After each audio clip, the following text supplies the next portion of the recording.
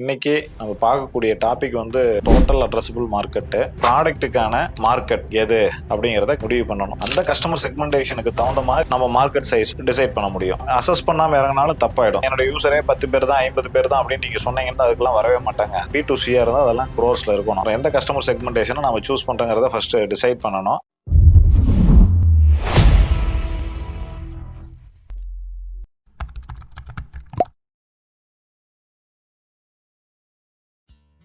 Welcome to Beyond Limits by Gokul. So உங்களை புதிய வீடியோவுக்கு வரவேற்கிறேன். அதாவது கடந்த ஒரு 6-7 மாதங்களாக இன்னும் அதிகமாக கூட இருக்கலாம், நம்ம இந்த சேனலில் வந்து பிஸ்னஸ் பற்றி வீடியோவை ரெகுலராக போட்டுட்ருக்குறோம். இந்த கடந்த ஒரு வாரம் தான் கொஞ்சம் என்னுடைய ரொம்ப பிஸியான வேலையினால என்னால் வந்து ஒரு வீடியோ போட முடியல. ஸோ இன்றைக்கி நம்ம பார்க்கக்கூடிய டாபிக் வந்து டேம், டோட்டல் அட்ரஸபிள் மார்க்கெட். நம்ம எல்லாருமே பிஸ்னஸ் மேன். இப்போ இந்த வீடியோ பார்க்குறவங்க நீங்கள் எதர் ஆல்ரெடி வந்து ஒரு பிஸ்னஸ் மேன் என்டர்பிரனராக இருப்பீங்க, அல்லது you want to become entrepreneur. So அப்படிங்கும்போது நாம் வந்து நம்மளுடைய ப்ராடக்ட்டுக்கான மார்க்கெட் எது அப்படிங்கிறத கண்டிப்பாக வந்து முடிவு பண்ணணும். இப்போ இன்றைக்கி எல்லாம் போர், பதற்றம், இந்தியா பாகிஸ்தான் போர், ஸோ இப்படியெல்லாம் போயிட்டுருக்கு. ஸோ போர் வருமா வராதா அப்படிங்கிற மாதிரி. ஸோ இப்போ ஒரு ஜுவல்லரி எடுத்துக்கிட்டேன்னு வச்சுக்கோங்களேன். ஜுவல்லரி வந்து நீங்கள் வந்து ஒரு சிட்டியில் ஆப்ரேட் பண்ணுறீங்களா, இல்லை ஒரு ரீஜனில் ஆப்ரேட் பண்ணுறீங்களா, இல்லை ஒரு ஸ்டேட்டில் ஆப்ரேட் பண்ணுறீங்களா, ஒரு கண்ட்ரியில் ஆப்ரேட் பண்ணுறீங்களா, இல்லை நிறைய கண்ட்ரிஸ்க்கு போகிறீங்களா பொறுத்து உங்களுடைய டோட்டல் அட்ரஸபிள் மார்க்கெட்டு சேஞ்ச் ஆகும். இப்போ உதாரணத்துக்கு நம்ம வந்து கல்யாண் ஜுவல்லரி எடுத்துக்கலாம், ஓகேங்களா. ஸோ கல்யாண் ஜுவல்லரி தமிழ்நாடு ஃபுல்லாக பரவலாக இருக்குது. அது பேஸ் ரேட்டு கேரளா, திருச்சூர் தான் அவங்களோட ஹெட் குவார்ட்டர்ஸு.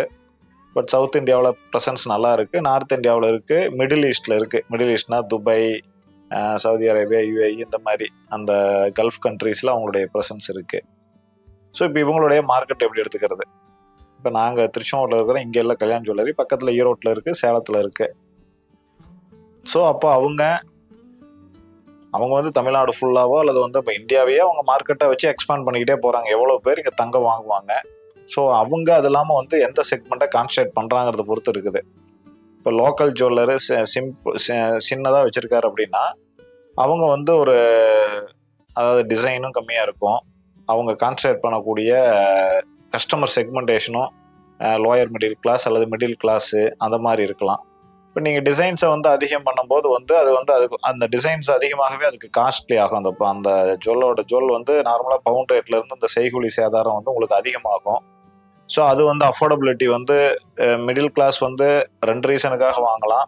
ஒன்று அதை சேவிங்ஸாக வாங்கலாம், இல்லை அவங்க வந்து போட்டுக்கிறதுக்கும் வாங்கலாம். பட் இன்னொரு பக்கம் அதை வந்து சேவிங்ஸாக அவங்க கன்சிடர் பண்ணுவாங்க. அப்பர் கிளாஸ் ஈவன் சேவிங்ஸாக கன்சிடர் பண்ணால் கூட கொஞ்சம் செலவு அதிகமானாலும் பரவாயில்ல, நாம் வந்து டிசைனாக ஒரு ஃபங்க்ஷனுக்கு போகிறோம், நம்மளோட நகை வந்து ரொம்ப டிசைனாக இருக்கணும் அப்படின்னு நினைப்பாங்க. ஸோ அப்போ நம்ம எந்த கஸ்டமரை வந்து நம்ம சூஸ் பண்ணுறோம், எந்த கஸ்டமர் செக்மெண்டேஷனை நம்ம சூஸ் பண்ணுறோங்கிறத ஃபஸ்ட்டு டிசைட் பண்ணணும். அந்த கஸ்டமர் செக்மெண்டேஷனுக்கு தகுந்த மாதிரி வந்து நம்ம மார்க்கெட் சைஸை வந்து டிசைட் பண்ண முடியும். ஸோ இப்போ எங்களது தமிழ் காளான் இருக்குன்னு வச்சுக்கோங்களேன். இதில் வந்து நம்ம டெய்லி டே வியூ இருக்குது, மந்த் வியூ இருக்குது, இந்த காலாண்டை பற்றி சுபமுகூர்த்த நாட்கள் இருக்குது, விரத தினங்கள் இருக்குது, இந்த மாதிரி எல்லா டீட்டெயில் இருக்குது. அதை விட நிறைய டீட்டெயில் இருக்குது. ஸோ இப்போ எங்களுடைய கஸ்டமர் செக்மெண்ட் யார்? எங்களுடைய கஸ்டமர் செக்மெண்ட்டு ஆன்மீகமாக ஓரியன்டாக இருக்கிறவங்க, நல்ல நேரம் பார்க்குறவங்க. ஸோ இந்த மாதிரி தான். இப்போ வந்து எங்களுக்கு வந்து அது 40 லட்சம் பேர் ஆக்டிவ் யூசர் இருக்கிறாங்க. இது வரைக்கும் 2 கோடி டவுன்லோட் ஆகிருக்கு, 40 லட்சம் ஆக்டிவ் யூசர்ஸ் இருக்கிறாங்க. இப்போ ஆனால் வந்து தமிழ்நாட்டில் மொபைல் ஃபோன் வச்சுருக்கிறவங்க, அதாவது ஸ்மார்ட் ஃபோன் நம்ம சொல்கிற கூகுள், அதாவது ஆண்ட்ராய்டு ஆப்பிள் ஃபோன் வச்சுருக்கிறவங்க ஒரு மொத்தமாக ஒரு 5 கோடி பேர் இருக்கான்னு வச்சுக்கோங்க. ஈவன் 4 கோடின்னு வச்சுக்கோங்க. நம்ம 40 லட்சம் தான் நம்ம இருக்காங்க. அதில் காம்படிட்டர் கொஞ்சம் வச்சுருப்பாங்க. மற்ற காம்படிட்டர் இப்போ எங்ககிட்ட 40 lakhs இருக்குதுன்னா அதர் காம்படிட்டர்லாம் சேர்ந்து வந்து ஒரு 10 லட்சம் பேர் வச்சுருப்பாங்கன்னு வச்சுக்கோங்களேன். ஸோ அப்போ 5 லட்சம் பேர், 5 கோடி பேர் வந்து ஸ்மார்ட் ஃபோனை யூஸ் பண்ணால் கூட 50 லட்சம் பேருக்கு தான் இந்த காலாண்டரோட தேவை இருக்குது. ஏன்னா நிறைய சின்ன சிறு வயசு குழந்தைங்க இருப்பாங்க, பசங்க இருப்பாங்க, ரொம்ப வயசானவங்க இருப்பாங்க. எல்லாருமே எல்லா ஆப்பையும் யூஸ் பண்ண தெரியறதுலையும் கொஞ்சம் பிரச்சனை இருக்கும். எல்லாருமே நல்ல நேரம் பார்த்து தான் செய்கிறாங்களான்னா அப்படி இருக்காது. ஸோ அப்போ அந்த மாதிரி இருக்கிறவங்களுக்கு தேவைப்படாது. ஸோ அப்போ இந்த மார்க்கெட் சைஸே வந்து நீங்கள் 5 கோடி பேர் ஸ்மார்ட் ஃபோன் வச்சுருக்கிறாங்கிறதுக்காக 5 கோடியிலையும் வந்து ஈவன் வாட்ஸ்அப்பே வந்து எல்லாருக்கிட்டையும் கிடையாதுன்னா இருக்கும், 90% இருக்கும், 10% வாட்ஸ்அப் இல்லாத ஃபோன் கண்டிப்பாக இருக்குது. ஸோ அந்த மாதிரி வந்து அப்போ நீங்கள் 5 கோடினா 5 கோடி அப்படியே மார்க்கெட்டாக எடுத்துக்க முடியாது. அப்போ 4.5 கோடி தான் அதனுடைய மார்க்கெட் சைஸ். தமிழ்நாடு மட்டும் கன்சிடர் பண்ணீங்கன்னா வாட்ஸ்அப்புக்கு.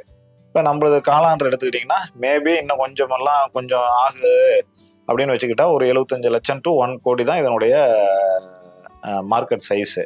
ஸோ அப்போ நம்ம ப்ராடக்ட் என்ன, அந்த ப்ராடக்டோட கஸ்டமர் என்ன, செக்மெண்டேஷன் என்ன, அதை நம்மளுடைய ஏரியா என்ன, எந்த ஏரியாவுக்கு கொடுக்க போகிறோம், ஒரு சிட்டிக்கு கொடுக்க போகிறோமா, அப்போ எங்கள் திருச்செங்கோடு மாதிரி கொடுக்குறீங்களா, இல்லை கொங்கு ரீஜனுக்கு கொடுக்குறீங்களா, இல்லை தமிழ்நாடு ஃபுல்லாக கொடுக்குறீங்களா, இல்லை இந்தியா ஃபுல்லாக கொடுக்குறீங்களா, இல்லை சவுத் இந்தியாவை மட்டும் கான்சன்ட்ரேட் பண்ணுறீங்களா. ஸோ இதை பேஸ் பண்ணி தான் நம்ம வந்து டோட்டல் அட்ரஸபிள் மார்க்கெட்டை, அதில் காம்படிட்டர் ஆல்ரெடி எவ்வளோ வந்து ஹோல்ட் பண்ணியிருக்காங்க, இல்லை இது இன்னோவேட்டிவ் ப்ராடக்டாக இந்த மார்க்கெட்லேயே இல்லை அப்படின்னா நீங்கள் வந்து மார்க்கெட் சைஸ் பெருசாக இருக்கலாம். பட் ஆனால் நியூ ப்ராடக்ட் வந்து மார்க்கெட்டில் அக்செப்டபிலிட்டி அப்படிங்கிறத பார்க்கணும்.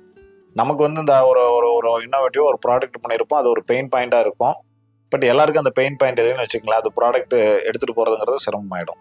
ஸோ அப்போ இந்த டோட்டல் அட்ரஸபிள் மார்க்கெட் டேம் அப்படிங்கிறத நம்ம வந்து அசஸ் பண்ணாமல் இறங்கினாலும் தப்பாயிடும்.